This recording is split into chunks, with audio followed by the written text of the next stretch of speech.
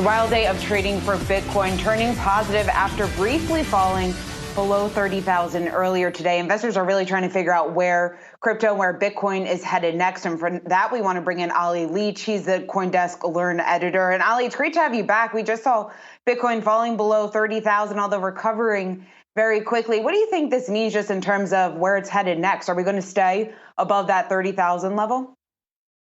It's really interesting, and you can see on the chart right now, there's a real fight going on at that sort of $31,000 level. Bulls are really trying to keep it above that. I think if it does break below that, it could potentially go further.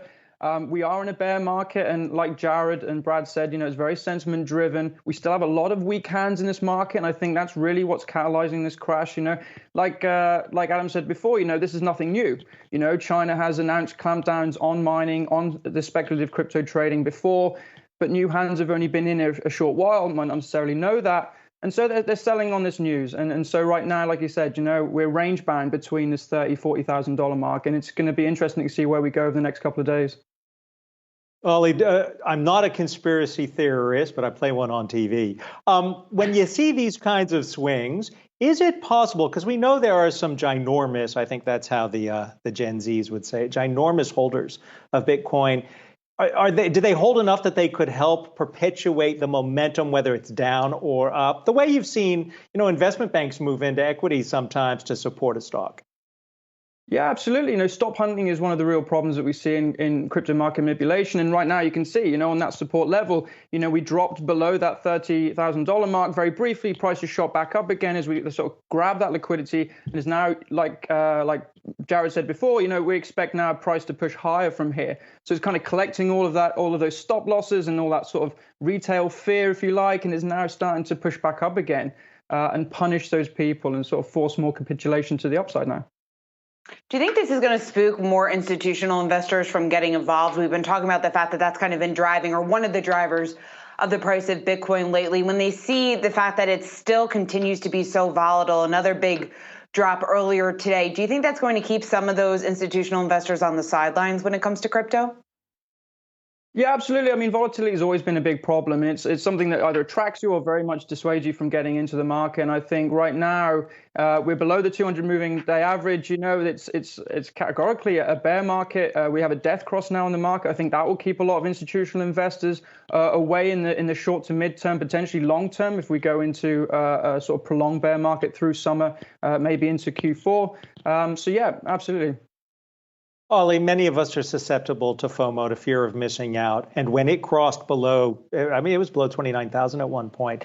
My first reaction was, boy, I wish I had, 50 grand, at some point to maybe buy almost to Bitcoin, because we had a guest on yesterday who said, look, in the next couple of years, you're going to see this valuation per Bitcoin around $100,000.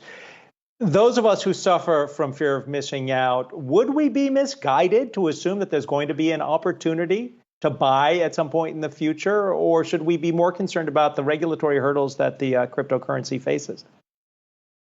I think we're always going to have a problem with regulatory hurdles. And I think, in terms of where we're going now, look last year, look at March, when prices went below 4,000, I think we were around 3,700 when the WHO announced the coronavirus pandemic. A year later, it went all the way to 60,000. There's always going to be an opportunity. There's always going to be these extreme cycles. I think, as institutional money comes in, there's a hope that it will help stabilize that volatility a little bit. But it's a globally accessible market, and a lot of people are investing in it. It's still very speculative. There's a lot of leverage products and things like that kind of add gunpowder to a lot of retail trading and stuff like that. So yeah, I think there's always going to be an opportunity. Ollie, the news of the escalating crackdown that's happening over in China, any worries? And I know obviously it's very, very different, and you can't really compare what's going on in China to what happens here in the U.S. when it comes to regulatory measures, but could something similar potentially happen here in the U.S.?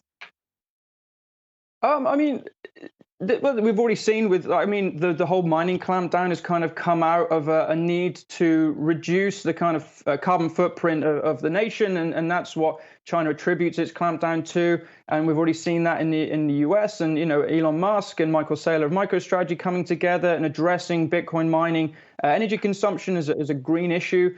So yeah, I mean, there's every opportunity that the US will sort of con onto this and say, we need to also regulate in this area. It does use an awful lot of energy. We need to be more mindful of that. I think right now, Bitcoin currently accounts for around 0.24% of America's overall energy consumption.